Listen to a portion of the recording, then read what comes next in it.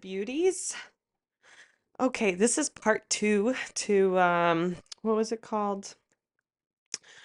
The first one I had done, are we all unconscious addicts due to societal norms for our need to suppress emotions? Okay, that's what the last one was titled. This is part two to that one, where I want to dive a little bit deeper into some deeper layers as to that concept that we are not, or we are living in a society of unconscious addicts and with unconscious addictions, simply because we've navigated so much unsafe territory as to what is emotionally okay and what is acceptable. And I can even speak in the terms of my personal life. When I feel pain, when I feel sadness, when I feel grief, I watch my little resistance guy come up in me and go, no, you're not allowed to be here. You're not allowed to exist. And so I want to talk about this one. I want to go into some deeper layers because I'm super passionate about um, like feeling. And I'm just starting to really understand why now, because after going to my first NA meeting where I had intentionally gone for business purposes and ended up realizing that I actually am an individual that requires the support from the group, not because I'm a drug addict or I do narcotics, or I wouldn't consider myself an addict um, where I am, but I do have a lot of addicted tendencies that I was super unaware of, and I can see how they are impacting my life in negative ways. And I believe a lot of us, I'm not saying that we should identify as addicts or anything along these lines, but just to recognize and have some awareness that, like, we all have addictive tendencies.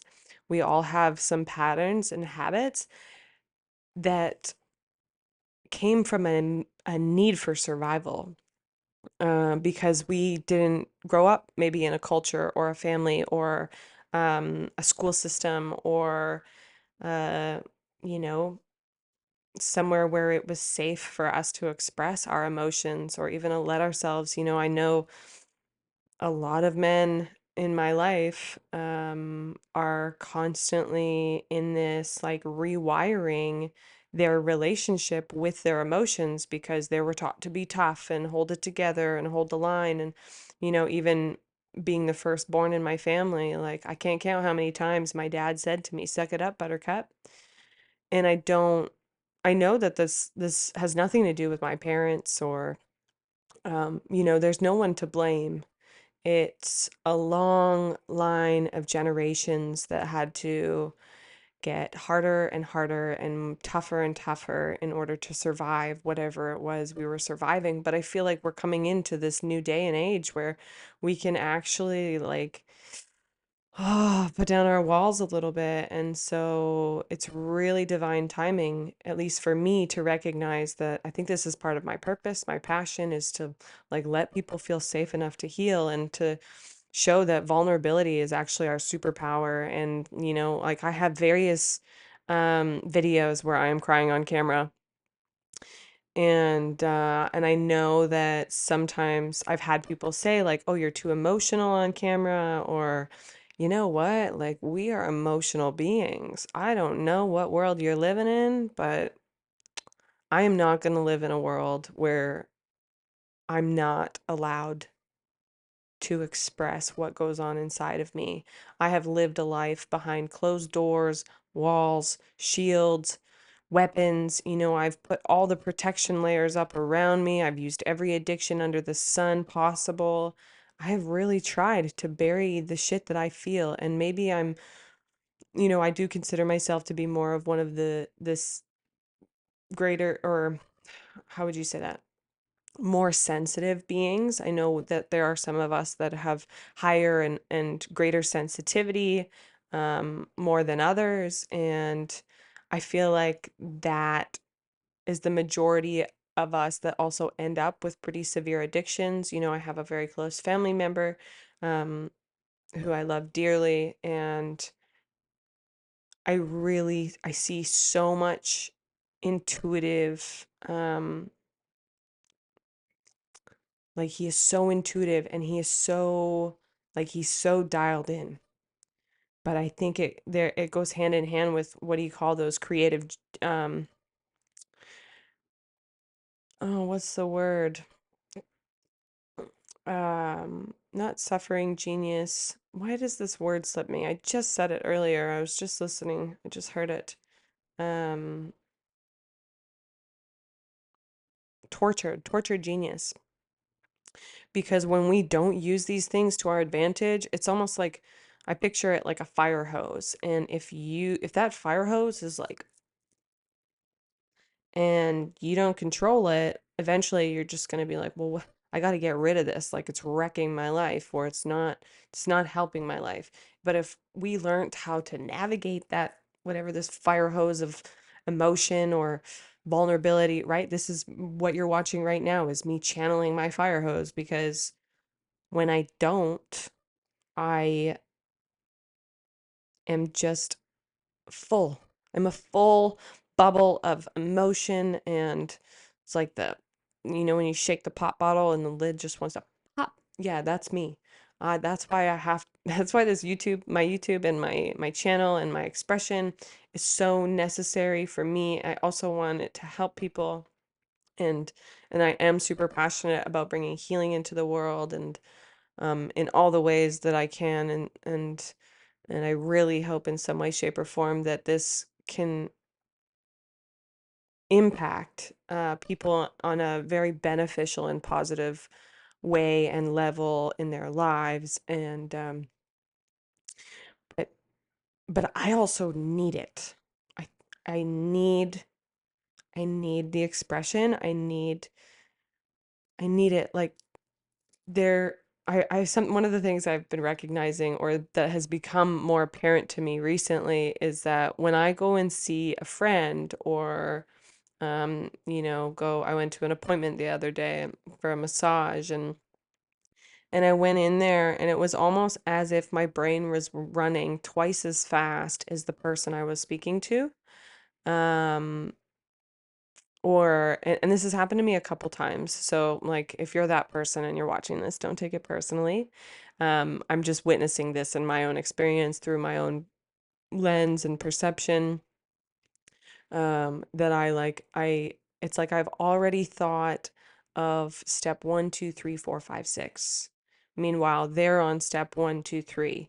And not that that's a bad thing, but my brain, it's like when I go to have a conversation, I'm like, oh, blah, blah, blah, blah. That's how I interpret, right? I'm like a machine gun versus like a shotgun, which I think a lot of people are on shotgun level, which I would love to be. Like, I think that is a very grounded, meditated, and I'm obviously using guns as the analogy is probably not the most appropriate um, to use, but it's just how I can interpret, right? Because that's how my brain operates. Like I am moving a million miles a minute, and I think it makes a lot of sense because I've also lived like a lot of life really rapidly. Like this last 2 weeks of my life has felt like a year, and I don't know why, but life has always felt like that to me. It's always felt like I am moving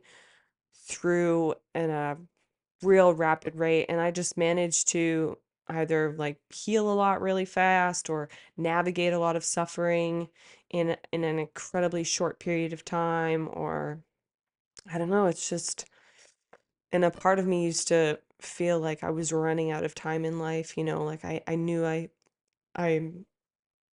that's the way I lived life, was like as if I was running out of time for a while there. And so I think I hurried in a way too, and then yeah. So anyways, um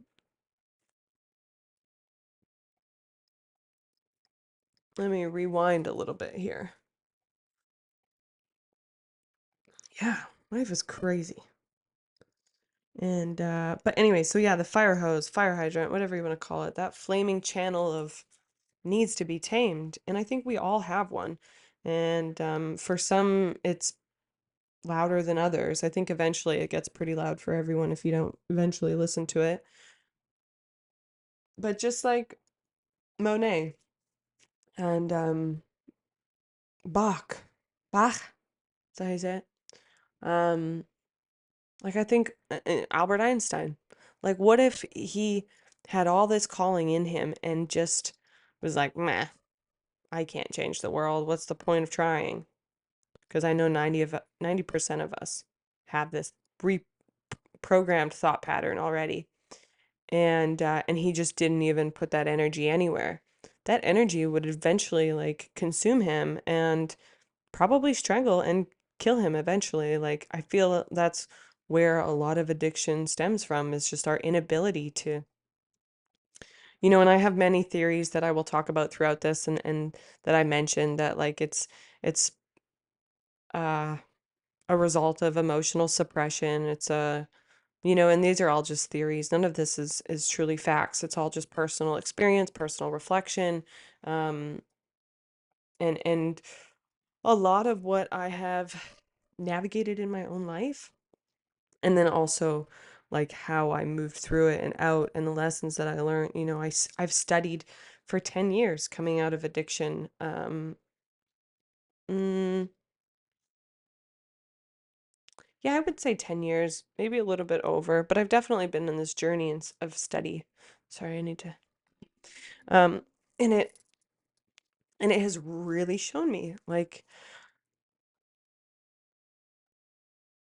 there are so many avenues we can take, and there are so many perspectives and so many perceptions. And so I'm not here to make you believe in mine, or if anything, I'm here to provide some greater awareness maybe as to widening the spectrum of addiction, and what we think of it and how we think of it. I mean, even um the fact that the what we have in place for addicts is AA and NA, and this is Alcoholics Anonymous and Narcotics Anonymous, when in reality we just need like addicts, because it doesn't matter what side of the spectrum that you're on. And this is my personal opinion, take it or leave it. If it resonates, I'm not offended if this doesn't resonate as your truth. But sugar, I think, is one of the greatest addictions that we have, especially in Western society, and in the Americas, you could say, and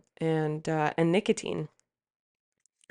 And I speak about like my withdrawals of nicotine, and how I felt like that was one of the worst withdrawal symptoms that I had ever navigated, was from a vape, right? Whatever, 22 milligram vape, but I used it constantly. So, and the reason this feels so powerful to talk about is, well, and also I got to channel this fire hydrant somehow. And this is what's flowing through the channel right now, and it feels absolutely necessary, because I've never heard somebody, I mean, sure, there's individuals out there. If you're somebody who's struggling with addiction, like if this helps you, that's amazing. But there are so many professionals out there, like Gabor Mate, if I'm saying that correctly, like dopamine experts. Like really let yourself dig in. If you feel called to embark on a little bit of a healing journey, or just like discover some ways to feel better that aren't through addictive tendencies, explore the YouTube, explore the interweb, and then just pick and choose what feels fitting for your journey. That's one of the things I will always advocate for, is like what feels appropriate for you on this point in your journey, because there are so many avenues we can take.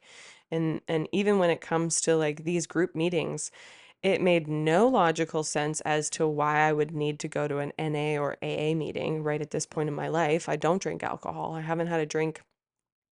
Oh, actually, I did. I had half a glass of wine on New Year's Eve, and and then I think before that I had a margarita 6 months ago. half a margarita because I always think I want to drink, like I just want to taste it. And then I'm like, oh, this is disgusting.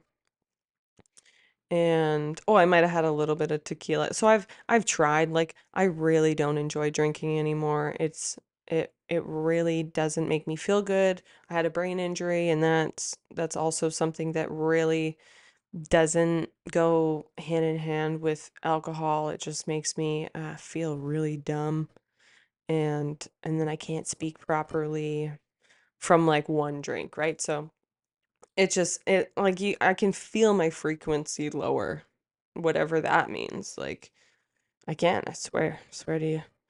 And then when it comes to like narcotics, I'm like, okay, what's classified as narcotics? I probably haven't had a narcotic since I was 18 years old, right? So that would have been 8 years ago. I won't even take what the hospital gives me. Like I had 6 stitches in my head, and and I was like, no, I don't want your pain meds.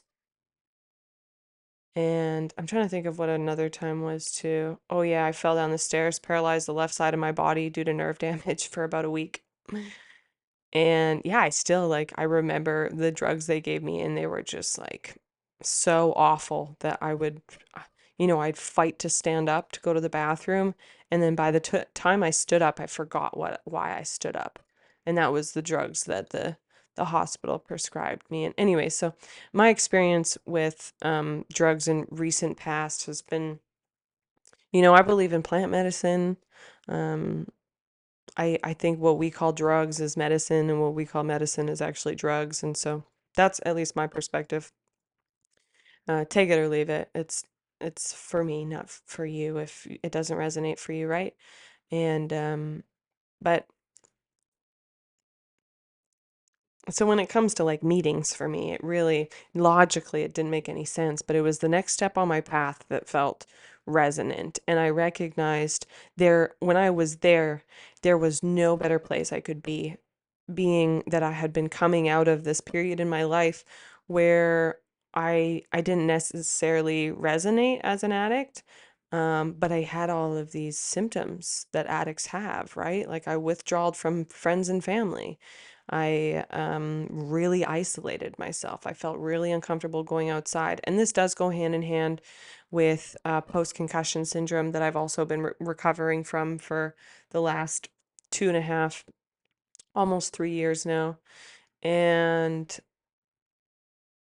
so and that's just one of the things that I could blame and be like, oh, that's why I was like that. Like, yeah, sure.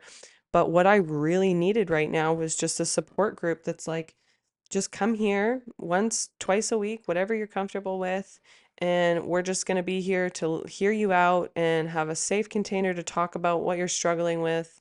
And because that's just it. At the end of the day, like, it doesn't matter what you're addicted to. We're all just facing normal human challenge, and that typically is a result of addiction in some way, or um if not, it's the struggle that happens before the addiction, right? Because our inability to deal with what circumstances or experiences we're navigating in life is typically what leads to addiction.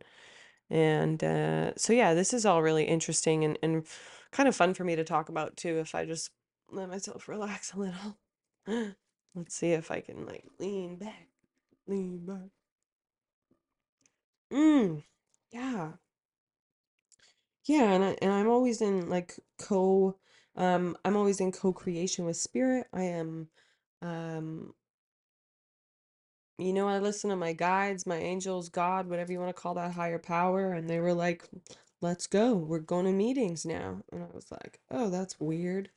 And I felt really uncomfortable. Okay, so this is one of the things that feels significant to share is I I have been one of the things that I was struggling with really deeply was like getting outside of my comfort zone. I have just come to the realization like yesterday that and I know I'm repeating it a little bit because it's all really tying into this element of what's being expressed through me right now, and a very significant part of the experience that I'm navigating at this point in my human journey, and which is why you're gonna hear it frequently.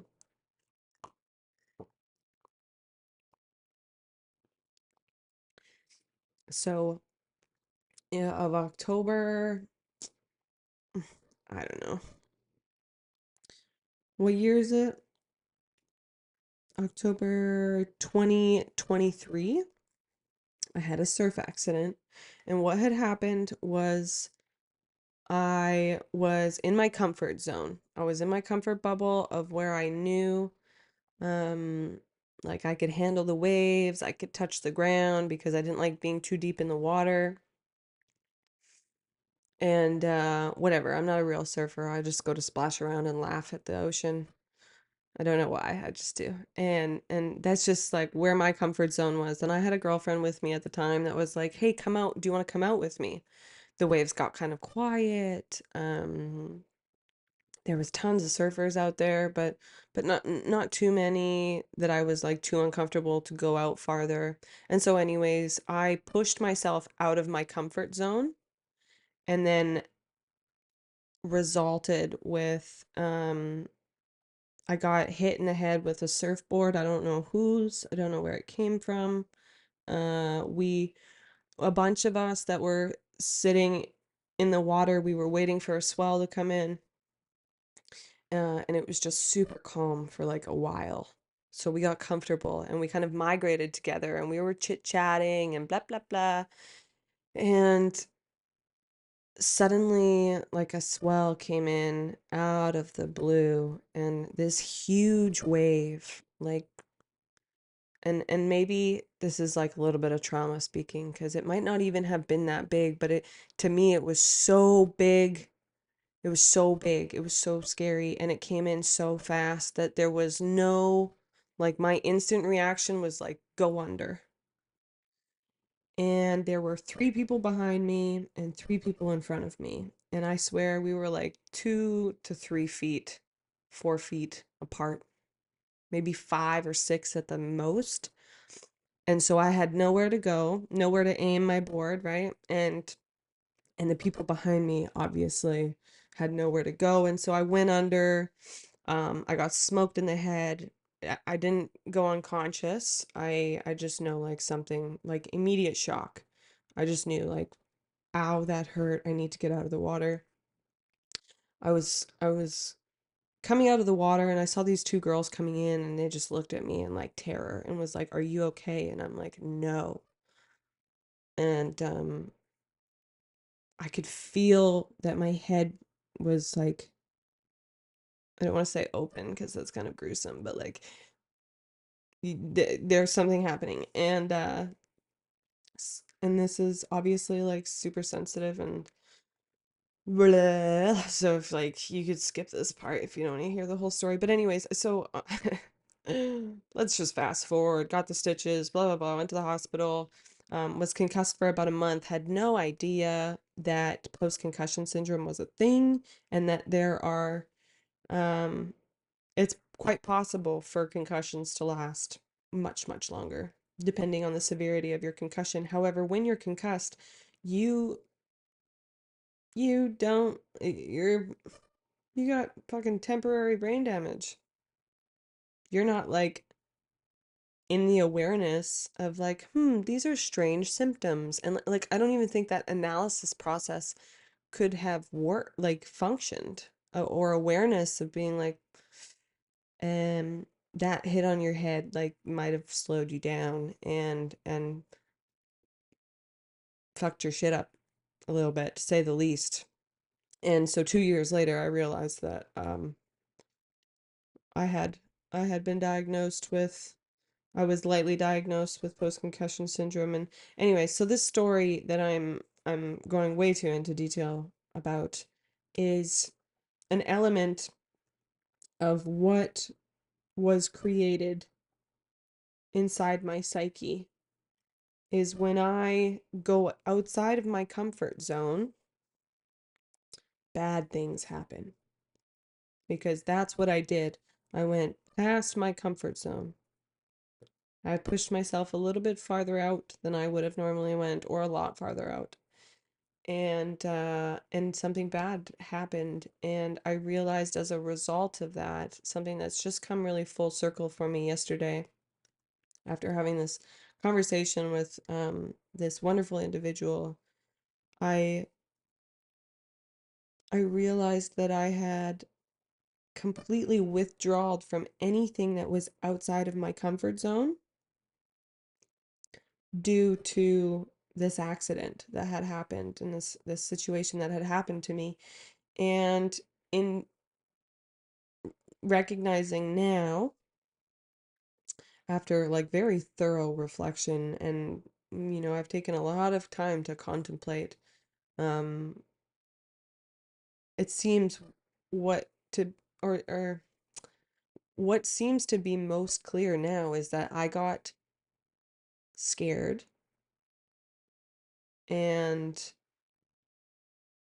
that fear resulted in an addiction to my comfort zone.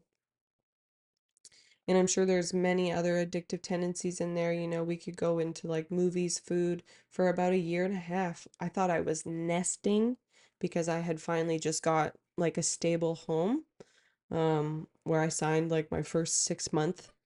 And 6 months was a long time for me. I was like, oh my God, I get to land for a bit. And that happened at the exact same time. Um, Actually, I had hit my head a week prior to moving into this space. So it was really interesting that right when I felt like life just like benched me, I had a nice warm bench. I had a very nice warm bench. And but that bench was really comfortable and I didn't leave very much. And then I really struggled to maintain energy levels. I was really tired all the time. I slept like 18 hours a night sometimes and just really couldn't grasp what was going on. And it was interesting.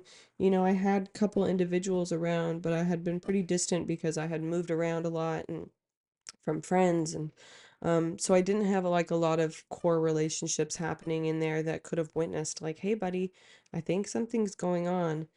And I think even the people who were there with me, when you're so close, like you could see the lines on your palm here, but you can't see them here. And I think that was kind of what went on because I had some anger towards the individuals in my life, like, why didn't you notice? And I think when you're that close, it's hard to tell because they're experiencing it at the same level you are. You're just immersed in it, and it's not, doesn't seem out of the ordinary when it incrementally um just gets worse and worse by, a hair.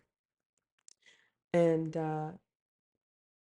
and so it's really interesting to think about that really shaped the next few years of my life, and how I withdrew completely. And this is why I feel like it deeply relates to addiction, is because um addiction some of the symptoms of addiction are, yeah, like withdrawal, isolation. You don't have a lot of relationships or friends. um There's a lot of shame in there too. I know there's like, if we speak on really personal and some of the emotions that are in there, it's like shame, disappointment, lack of self-worth, low self-esteem, insecurity. And I had these really, really, really loud, insecure parts of me, that I feel like got louder and louder and louder throughout that process, because it's almost like feeding the monster. I let it grow bigger. And so, if you're here with me, I just want to take a minute to say thank you. Thank you for taking the time out of your day to let my passion and my, yeah, desire to be of service and help in some way, shape, or form be received. Because if it's just me giving, eventually, um, yeah, it's just nice to also be received. And so if you're here receiving, thank you so much. I would super appreciate it if you'd give it a like or a little emoji in the comments and let me know, yeah, just if this resonates with you and or if it's something that you can relate to. I know that can be vulnerable, so leave an emoji if you just want to subtly support me on this journey of expression. And that's a good way that's something I want to what's the word? Transition into is expression. I found or I find that the greatest way for us to move through anything in life, whether it's like a need to heal or this experience of like having your first child or a boyfriend that you've never felt so safe with and that communicates with you like you've never experienced or um it doesn't matter. It doesn't matter if you're just sitting on your couch in front of your microphone s- letting your heart out on the table and your thoughts and your emotions. um I think that's the greatest thing we can do for ourselves in this life and in life in general is to express. We truly are emotional beings, and if we're only expressing what we classify as good or positive, the other end of that is eventually going to get uh, stuffed up, overflowing. And and so even in this moment, like while I'm sitting here with you guys, I'm expressing the discomfort that comes up. I'm just letting it be there. I'm letting my whatever be there. And I know that's not easy. It's definitely a practice and it's becoming easier and easier with practice. But whatever it is that you're navigating, whether uncomfortable or not, typically when it's not uncomfortable and we're in our comfort zone and we're happy and joyful, it's easy to express. We can be like, wow, this is amazing. I feel so grateful. Thank you. Whereas when it's a little bit uncomfortable, we're like, ugh, that's not supposed to be there. And instead of that perception, and perspective, I want to offer you a new one. What if it is supposed to be there? And we're just meant to navigate from the most loving, compassionate place we can. And I know I hear some of you out there going, love and compassion. Like, let's be real. Like, how do you want to live your life? How do you want to live your life? Do you want to live tortured? Do you want to live in suffering? Suffering is voluntary, pain is not. I had a dear friend say this to me once. He runs the Living Library in Costa Rica. If you don't know it, I highly recommend you check it out.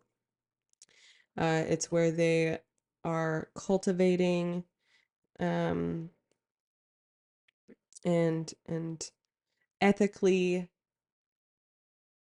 um with sacred practice um keeping sacred medicine that are going extinct, such as peyote, and um, they're keeping them alive. And there is some very beautiful things that they're doing down there. They're always looking for volunteering and some helpers to come out. And in exchange, you can learn about the things. But the reason I say this is because I remember when this individual shared this teaching or this perspective or whatever you want to call it. Suffering is voluntary, and I realized that, coming back to addiction, I had become addicted to my own suffering, and I had caused so much more suffering than necessary inside my mind. I lived between this year, and there was not a lot going on the outside world. And I really think, like, coming back to my theories of addiction, that's or um symptoms, like that's definitely one of them. You live internally, and when we live internally, whether you want to identify with addiction or not, or addictive tendencies, or we are habitual beings. We adopt patterns, we stick to what's comfortable, right? You always hear like the psychologists and the experts say that, um, we will pick the uncomfortable familiarity over the comfortable newness, or something along these lines. And I feel that holds such significance to, yeah, this conversation because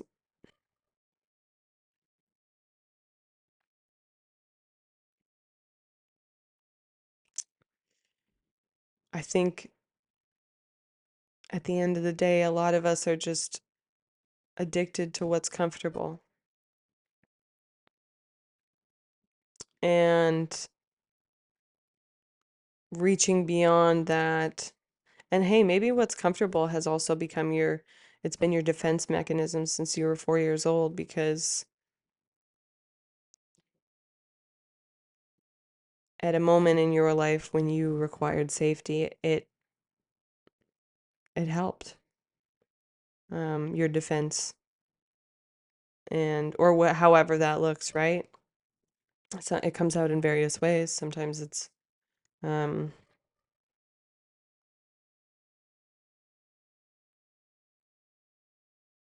and I can't even think of an example.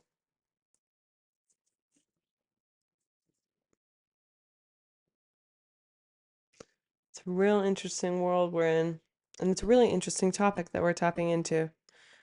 Um, I feel like I could go on and on about it. Like there are so many different avenues as to the beauty to be explored here. And so I don't know, maybe too, like I also share this because I had no idea what was going on with me, and I was desperate for solutions. I still am. Like feeling the level of discomfort in my body when I go to talk to a random stranger, or like, I would say I'm just really sensitive and I just, like I don't have the capacity.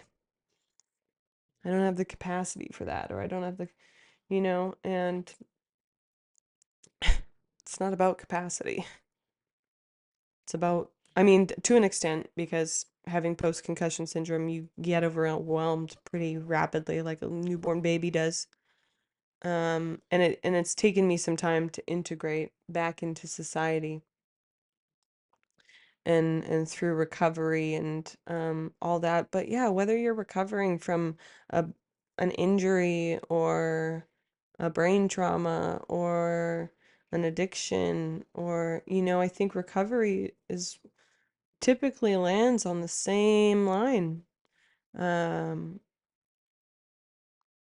it requires you to look at your bullshit. It requires you to get honest with yourself. It requires you um to meet yourself where you are.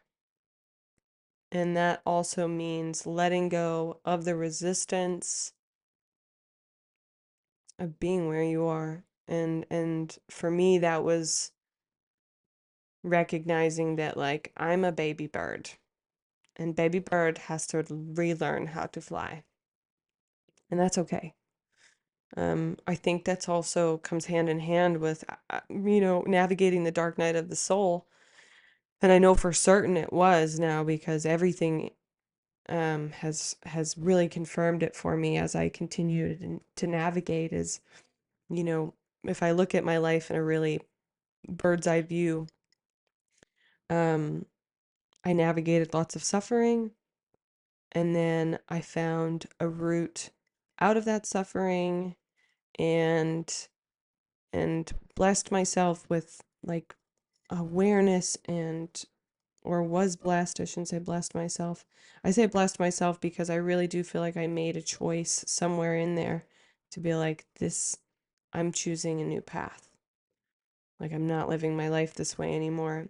And that I did, I gave up whatever my drug addictions and had to separate from, my best friends and family and quit my job and choose a new route. I basically moved out of town. I worked 3 weeks a month nonstop. I would have 2 weeks on and 1 week off. Anyways, and so I did. I chose this life, and it was almost as if that decision aligned me with a path that was more in service to my well-being and beneficial to me, having just decided that like I'm gonna choose to suffer less over and over and over. Like this relationships become toxic with this person or that job or this lifestyle, gotta go. And every time it was just like choosing, like, am I gonna stay in this bull loney, or am I gonna make the conscious choice to move in a better direction? And I get that's sometimes harder than others. Mm, preaching to the choir. Because I've had to make some really fucked up decisions, but for my own well-being, and every time I've made those decisions towards, in accordance with self-love, in a way, like beneficial and supportive to my health, and just choosing that, you know what, life's been really hard and I deserve a little bit better.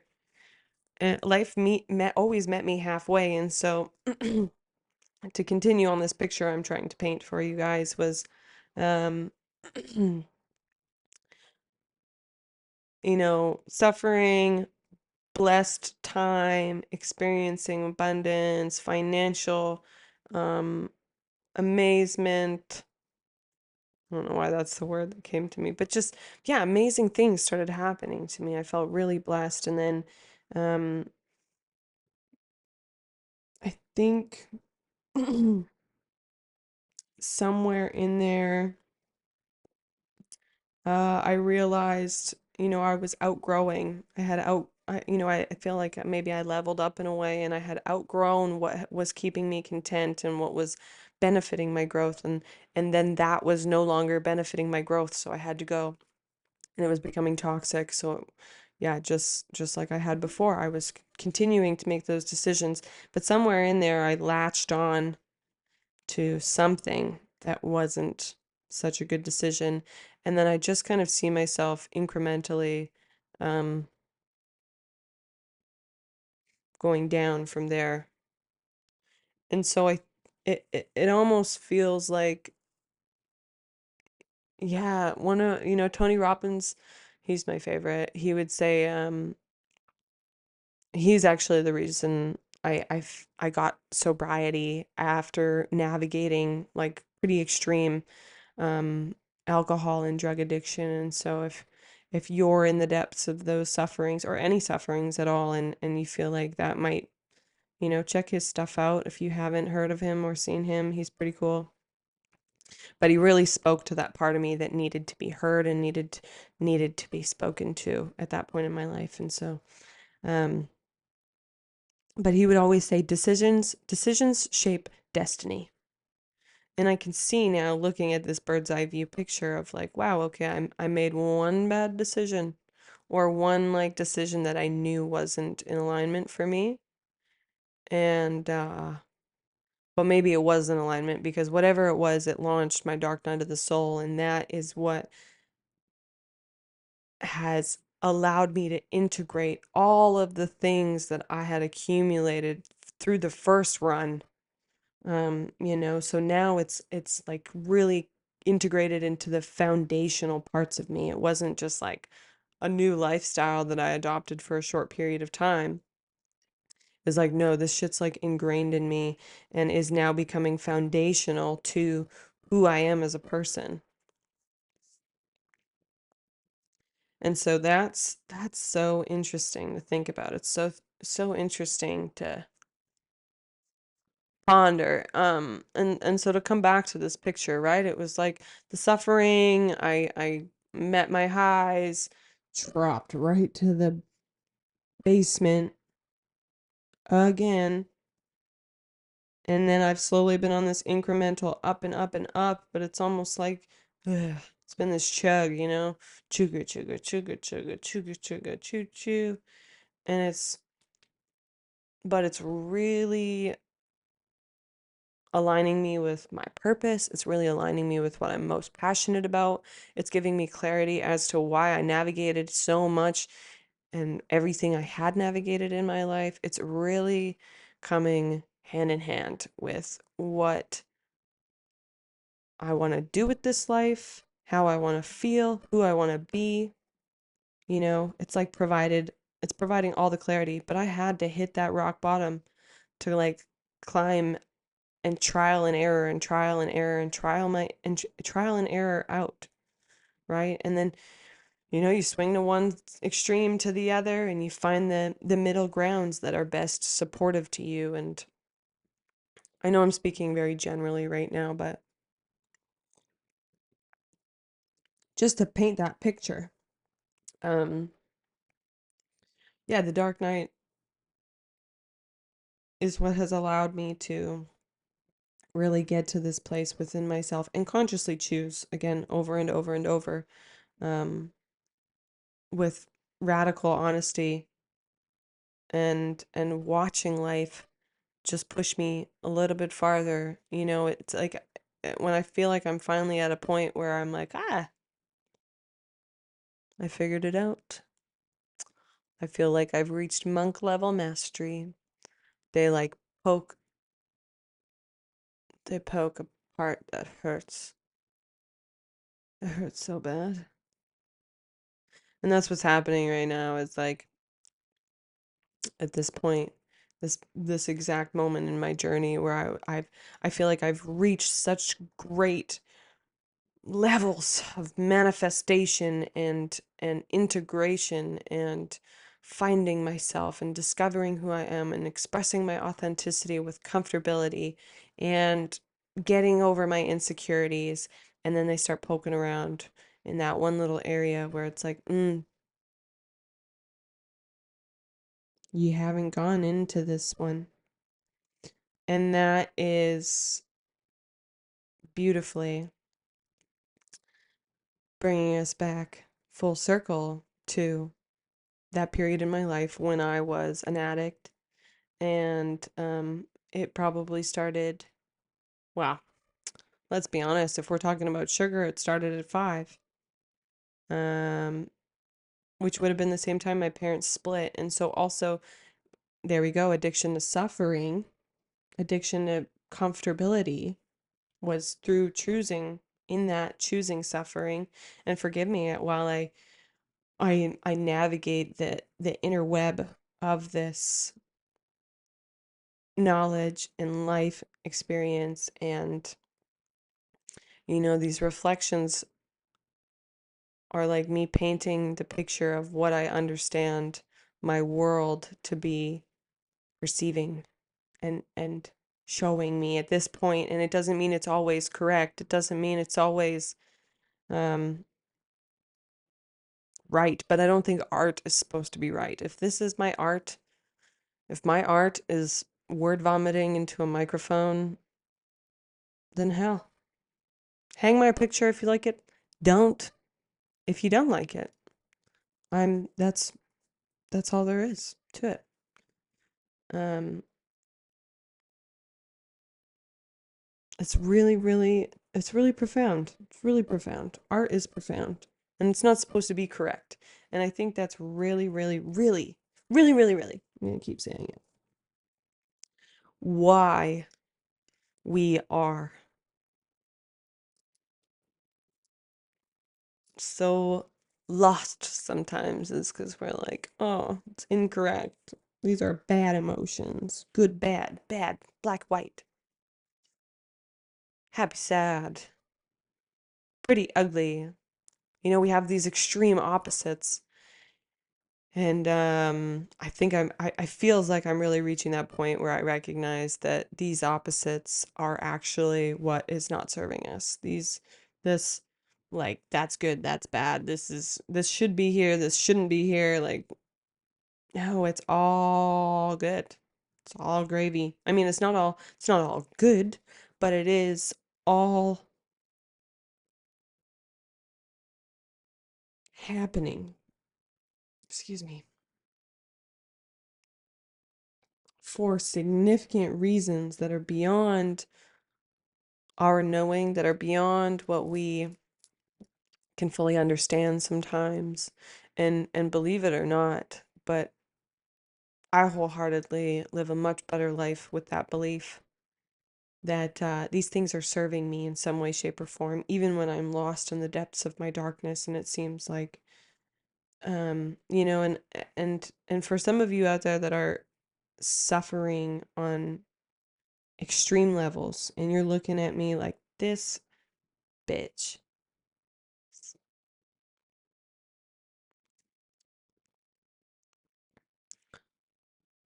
I've navigated some dark, very, very dark things. I am not invalidating where you're at in your journey or trying to suppress or surpass that is painful and hard and intense and excruciating. No, I am simply saying that no matter what it is and no matter how effing dark it gets in there, if you can just put a little bit of your focus, if not all of it, on that tiny little light way in the distance, you'll start to realize it's not as far away as you think. And the more you can focus on that little glimpse of light, the more it can find you, the more it can get through whatever dark tunnel it's trying to get through to get to you. Because this perspective of like, I lived with the perspective life is suffering. We're here to suffer and die. That was it. That's all I seen. There was nothing else. It was a one-way road to hell. And you had to go through hell to get to hell, and that was it. There was no like, oh, enjoy life and be grateful. No. But that was in the depths of suffering. That was in the depths of addiction, and that was me not necessarily, well, yes, in a way choosing, because I didn't see it didn't feel like a choice because I didn't know I had a choice. And and you always have a choice. And so I don't know where this little tangent of mine is going. All I know is I need a little stretch. I have to pee soon, so I'm gonna have to wrap it up. Um, oh man, 52 minutes we've been here? Holy crap. No wonder I gotta stretch. That's what I'm talking about. When you get in your channel flowing fluidly, it yeah, time goes by. Time goes by. Thanks guys for being here with me. I don't know if I'm quite done my tangent. I'm just taking like a momentary 5. Oh, I didn't even check my teeth. P.S. This is my left eye. Left eye, meet everybody.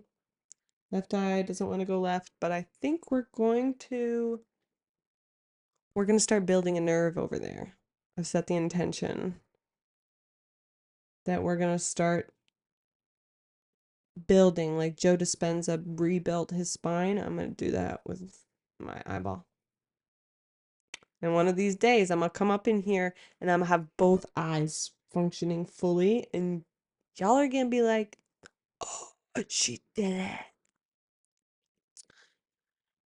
That's exciting to me because we are limitless. We are. And one of the greatest things that I discover more and more as I challenge this belief that we are limitless and that we can truly, truly, truly, like what you believe to be true becomes your truth. What you stand up for becomes your truth. If you want to stand up for your suffering and being like, well, I had a hard life and this is a result of that. Like, okay, that's valid and a very logical explanation.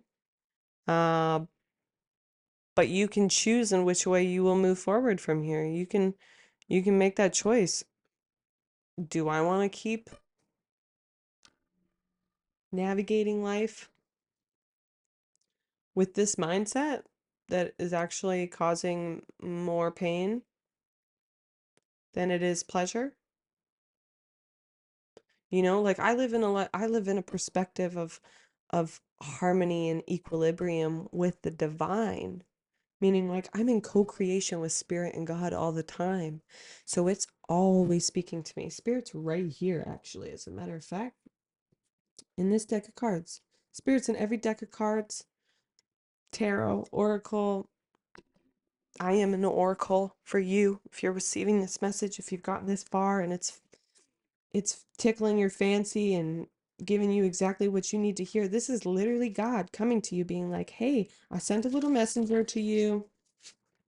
She's going to bring you some good stuff to help you get through your day." And if this isn't resonating for you, then what are you still doing here? Go find something that does resonate for you. Because sitting here with something that doesn't resonate is not helping you on your journey, right? It's just like when your body's like, "I'm allergic to that," but you keep eating it anyways. It's like, hello, stop it. Stop it. Listen to your body. Listen to your being. Listen to the essence inside of you that is your guiding light, even if you don't know it exists. Even if you're like, I don't know about that. You don't have to know. You don't have to know. I don't even know. I've never seen this physical form in my waking life, definitely in my dream life.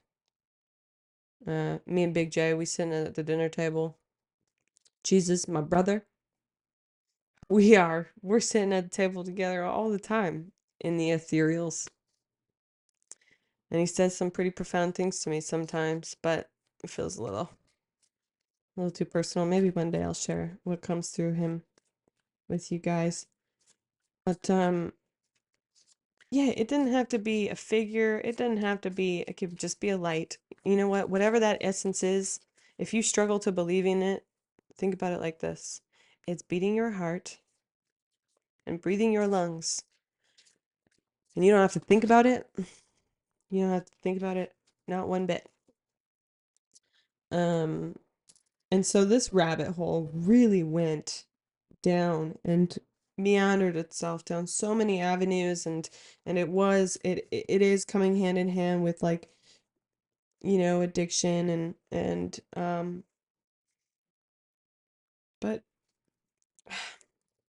if we're just really what I really want to offer you, one, I'm going to read this card in a minute before I close this, and two is that whatever you're struggling with, what I have found to be the greatest way through any suffering and any struggle is to get honest with yourself. First and foremost, I'm struggling. I'm exhausted. I'm burnt out. I can't put my phone down. I have a problem. I need support. Whatever it is, I feel insecure. I have felt so insecure leaving the house for a long time, and it depends. I feel secure when I'm going to familiar places. I feel secure when I'm excited. Because you can't have anxiety and be excited at the same time. That was something I learned recently from a great friend. And so, but when I let that little voice in my head work up the little molehill, it's not even a molehill, it's like flat ground, and I'm like, oh my God, that's the scariest mountain I have ever seen. Oh my God. My brain like makes things so much bigger. than they are. And it's so I'm done. I'm done. I'm done letting my monkey in my mind run the fucking show, you know? And and I watch so many other monkeys in other people's minds run their show and hurt them. And then, you know, for our need for survival and protection and to feel better, we adopt addictions and patterns and habits as a form to survive. And like it's all valid. It's all valid. And also,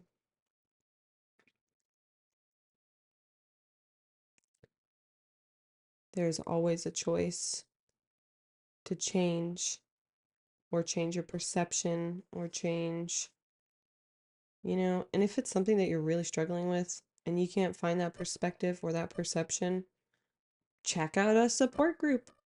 I'm an advocate for them now because I had no idea that I even needed support until I got there and was like, wow, you people are amazing. Just to have people that are dedicated and intentionally there to support each other. Wow. We need so much more of that in our society. Of just like people being like, yeah, we're having hard days. Okay, let's listen to each other and hold safe space to feel because when we feel, we heal. So step 1, get radically honest with yourself. If you're looking for a step-by-step process through your struggle, get honest about your struggle because if you can't get honest about it, you're resistant to it. And if you're resistant to it, you won't you won't let the river flow. You know, you can't, if the river's flowing and you cut it off, there's nowhere for the river to go. So put down the wall, okay? Drop the resistance through radical honesty. Sometimes that takes a little bit of like process to get through, like when you're learning how to drive a vehicle or a clutch, new clutch, you're like, like, yeah, it takes some time to figure it out. That's okay. It might be a little bit uncomfortable. That's also okay. But I promise you that that is the doorway to your freedom.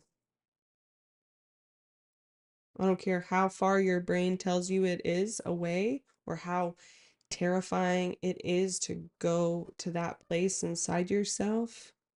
You don't have to meet that yourself by yourself. That is something I do for my clients as well. It's like when some of us are on deeper levels of our suffering, like me right now, I feel like I'm delayering parts of myself that I do need support with, whether I want to admit that or not. Going to a support group and having people that can hold that space for me is incredible because I've recognized like I can't hold this space for myself. No matter how hard I tried, no matter what level in life I think I'm at, or how wise or knowledgeable, or how much I've learned and I've studied, and how many certifications I've got under my belt. No. And when you know, you know. I love saying that because when you know, you know. And don't get me wrong, like I denied it. I denied that like the meeting sounded pretty appealing and I want to say productive at this point in my life and where it's taking me and what could be possible going to going into the place where you have to where just showing up is admitting that like I have a problem. And I think that's the hardest part for all of us is just admitting that like this is we have a problem.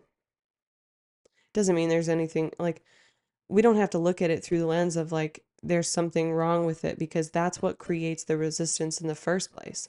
Let's just be honest, like, okay, I have a problem. We have many problems in life. Okay? This is a part of the life journey. Okay, so we have a problem. We get radically honest with ourselves about it. Say, okay, well, what do I need to support the process of healing or feeling whatever it is that I've been resisting, avoiding, denying, protecting, whatever that is. And just let yourself get curious, right? That's one of the things, like lots of great masters and coaches, and it's like get curious. Like, wow, that's not normal. It's not normal for you to overeat. It's not normal for you to eat more than your dad and your boyfriend combined. Uh, being a 27-year-old female. No, that's not normal. It's not normal for you to feel so uncomfortable in your body after because you've overeaten that you literally can't breathe. That's not normal. Clearly, I'm speaking from some personal experience. And I ate like that for a long time because I was like, it's not bad for me and I just love food.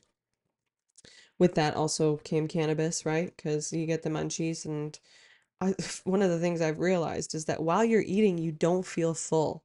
So if you're full, uncomfortably full, and you keep eating, you don't feel it. And so I would do that to the point of like feeling so expanded. Um, I would just like lay in the shower. Anyways, that's TMI. Uh, yeah, radical honesty. Where was I? Getting curious. Curiosity and compassion. Let's say that. Curiosity, compassion, and connection. Okay? Get curious with yourself. Hold all the compassion you need. All of it. Be the parent, the partner, the lover, the friend that part of you that's hurting needs. And if you've done that to your greatest capacity and that isn't enough, seek a professional, seek a friend that you can confide in, seek a support group, um, seek someone on YouTube like myself that's gonna sit here on her couch with you and just chit chat, hopefully walking you through the terrifying steps of getting real with ourselves after living so long being not real with ourselves. Hi, Bean. Don't puke on camera. No, just a burp. Can you guys see him? No, you cannot. Oh, my mic is in the way. Peanut, come here. Come here. Oh, he's. I've looked like an elf this whole time. Um, yeah. We're gonna be all right. You're gonna be all right. You're gonna be all right. There he is. Say hi, everybody. This is, if you don't have a support animal, let mine support you from afar. He's coming in to snuggle. Oh, hey, no baths on camera. Oh my goodness, what a wild ride we're on. All right, my friends. Well, yeah, I really hope in some way, shape, or form this was able to support you on your journey. I thought that was a fart came out of his face. I'm gonna read this card, and then I'm gonna let you guys go. And the reason I want to read you this card is because it probably relates so deeply as to what I've been talking about, because that is God, the angels, the essence that beats your heart for you coming through as usual. This one's called The Wall.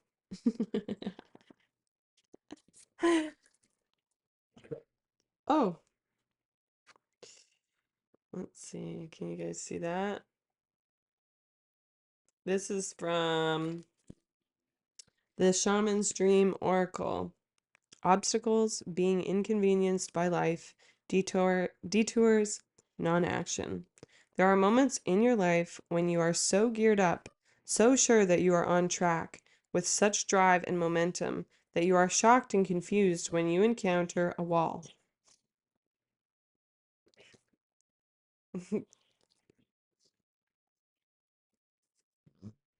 This unpredictability occurs outside of your ability to plan, regardless of if you've done everything right in alignment with the divine. It's imperative that you change your attitude now. This temporary roadblock is not an obstacle to blast through. This is not an invitation to push harder, cancel other plans, or worry about who will win or lose. This is a stopping point to enable you to slow down and contemplate the part of the manifesting equation that you and everyone else forgets. Life on life's terms will override your best laid plans. Yes, as inconvenient as it may seem, this experience is an important reminder that you are a human being and not a human doing. Perhaps you're being reminded of your mortality, or that you are but a small part of a bigger universe, where your destiny intersects with others. Your life may be meant to serve another purpose at this moment, and your attention meant to be directed elsewhere. Consider that this place of temporary non-action is exactly meant to be for you. Perhaps it's all because all you desire and have set in motion needs time to coalesce, did I say that right? Into form on the other side. Could it be that all the elements are not yet in place for its manifestation to be here for the highest good of all? Patience is required now, and the wisdom that this might be a great time to take a break and contemplate gratitude. What is truly yours will never be walled off from you. Wow, amazing. Wow, I love that so much. That really, really comes full circle. Thank you guys so much for being here again. If you did enjoy this, please don't forget to give it a like. Smash that subscribe button. Support your girl. I love supporting you guys. This is my passion, to be of service and to just help my fellow humans in whatever way possible through my own experience, expertise, and lessons, wisdoms that I've gained through this journey. I love you guys all so much. I hope you have a blessed rest of your day. Until next time. Bye.